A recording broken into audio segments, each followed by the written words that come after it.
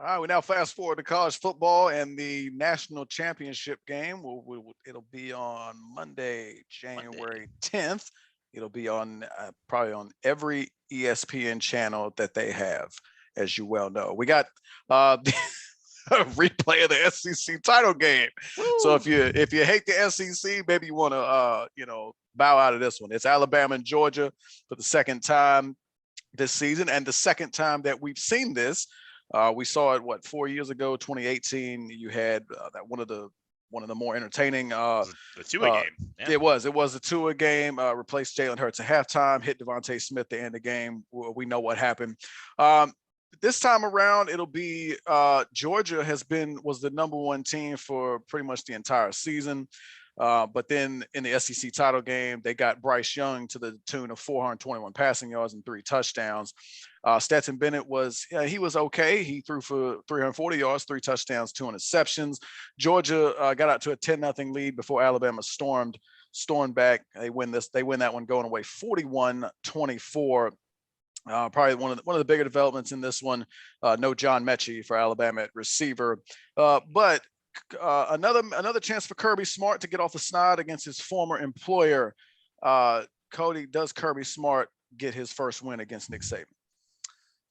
I think he's got a pretty good chance. I think they got a better chance than they did in the SEC title. You starting off looking at this on the Georgia side of things. I think the first thing they have to do is limit mistakes. Now, I get well, duh, no team wants to go make mistakes. It's one of those just classic throwaway lines.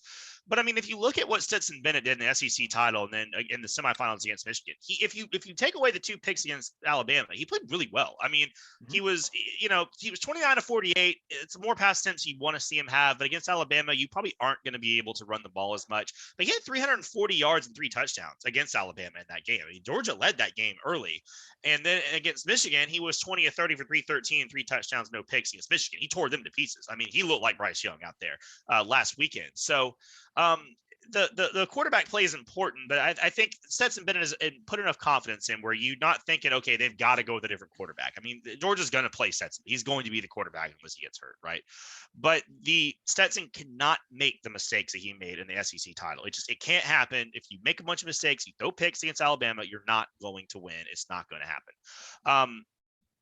But if I'm looking at Georgia as far as the more X's and O's parts of the game plan, I want to get Brock Bowers involved. Once again, he had 10 for 139 against Alabama. I think that Bama's secondary depth, especially at nickel corner and such, isn't great. I mean, their starters are pretty all right, of course, but then the rest of the guys maybe aren't as good, and you can maybe get some good tight end nickel corner matchups. And Bowers is obviously a guy that can exploit that. I would look for him to be heavily involved. On the defensive side of the ball, I mean, we know the Georgia defense, they're really good. I mean, we know that. But what I'm looking for in this game specifically is Trayvon Walker, defensive end, Devontae Wyatt, defensive tackle, Jordan Davis, 4 million whatever pound nose tackle. These guys have got to penetrate, contain. One of the big things Alabama did is they ran Bryce Young out of the pocket. They rolled him around. You can't do that. You got to keep the guy contained. You've got to keep the guy put in and in the pocket. And then these guys have got to rush. Georgia's not going to be able to blitz all night. They're going to have to kind of stay back in coverage. And if they do that, and these guys can get home, some of these guys are going to be first and second round picks in the draft. If they can start getting some pressure on their own, it's going to be bad. And the final thing for Georgia, they got to finish, man. This is wild. Okay, so Georgia has lost 4 consecutive games against Alabama, right? They lost 41-24 in the last 2 games this year and last year. They lost 35-28 2018. And then or that was the 26-23 game. There was another 35-28 there. But Georgia has led or tied in over 70% of these games. But they lost all 4 of them. 2 of them by multiple scores. So my question for Georgia is, how do you finish, and who is the guy that finishes for you? George Pickens, is he going to be the guy that steps up? He's ACL. He's been getting healthier. He's had a couple of weeks. Something like him going to step up, because I think that's the difference in the game, because I think it's going to be back and forth, but can Georgia find a playmaker to finish where these other teams have not been able to do that? Someone has got to step up. And I don't know if it's on the offense or the defense, but someone's got to make a big play to keep that tide from turning back, because otherwise it's going to be Bama. I mean, otherwise, but nothing changes, I mean, and the thing I'll say for Bama, there's this narrative about the beating the same team twice in a month, right? But since 1950, 78 teams have played 2 times within the same season. And the same team won both games 56% of the time. So if you win the first one, you actually have a better chance not to win the second one. So you would think with all teams equal, it would be a coin toss essentially. But for Alabama, it's going to be doing the same things that worked last time, moving Bryce Young, moving the pocket a little bit, getting these wide receivers in good matchups. I mean, they've got the formula. They've done it plenty of times before. I don't think that the impetus is so much on Alabama to do what they did. I think it's going to be on Georgia to do something different this time, because otherwise it's just going to be the same game. Yeah, I would agree with that. The thing I'm looking at about this game is, and I think Stetson Bennett, he's a big part of it, but I think the bigger part of it for Georgia is their defense. This defense, we've been told, running into the SEC title game, they've given up 6.9 points per game, but in retrospect, you look at the quarterbacks that they played throughout the season, and not all that impressive. And then you have a case where Bryce Young comes in here, lights this defense up, and then we're like, oh, well, maybe this defense isn't that good. Well, Georgia's defense is very good, but what we've seen with some historically great defenses, or when you think you have a great defense, well, sometimes good offense beats good defense. And that's what happened in the SEC title game.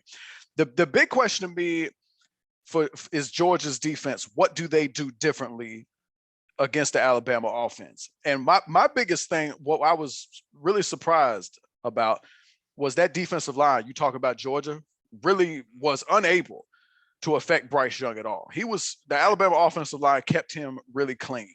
So, if Alabama's offensive line can do that again, it's going to be tough for Georgia's defense to do a whole lot. The one thing that they will have, the one thing that helps them is, I think John Mechie not playing is somewhat of a big deal, because after Jameson Williams, the Alabama receiving core isn't it's not like what you've had in years past when you had, Jerry Jeudy, Devontae Smith, Ruggs, Jalen Waddle. They're not super loaded. So without John Mechie, can Georgia's defense do what Cincinnati did and contain Jameson Williams? And then can their other defensive backs win one-on-one against guys like Ja'Cory Brooks and Jaleel Billingsley? That's the biggest question for me. But again, if you can't get pressure on Bryce Young and affect him, at some point you got to believe that Bryce Young is going to get it done, because I think he's that dude. Now on the other side for me, as good as Stetson Bennett played, I think he played well. He did make a couple mistakes, but I think Georgia, to me, has got to be better on both sides of the ball in the trenches, and they have to run the ball better, because James Cook and Zamir White in his first game, they was contained. 218 carries, 65 yards. They didn't have a rush longer than 9 yards. So without the benefit of a strong run game, because that's where it all starts for Georgia's offense. It all starts with that. So if they can't run the ball, it's going to be all about Stetson Bennett. And can Stetson Bennett do some things for you? Absolutely. But you got to believe, if Georgia's going to be one-dimensional, then he's going to make a couple mistakes that are going to cost you. And if this game is about the quarterbacks, I'm rolling with Bryce Young every day of the week, twice on Sunday, and 3 times every other. Forget about it. This guy's a Heisman Trophy winner. The other guy's Stetson Bennett. I'm sorry. So I'm going Alabama. I think Georgia, I think it will be a closer thing, because I think John Mechie playing is a bigger deal in this game than it was against Cincinnati. But I tell you, I think that the big question is, can Georgia get some pressure on Bryce Young? If they cannot, I don't think they can win the game. And I think Bryce Young is going to be the difference. He'll be better than Stetson Bennett, and Alabama will win another national title. Yeah, I've got Alabama winning as well. Probably like 31-27 or so. I do think it's interesting that Vegas has them as Georgia favored again, which is just, it's wild to think that once again Alabama's an underdog. But yeah, I'll take Alabama in the game as well.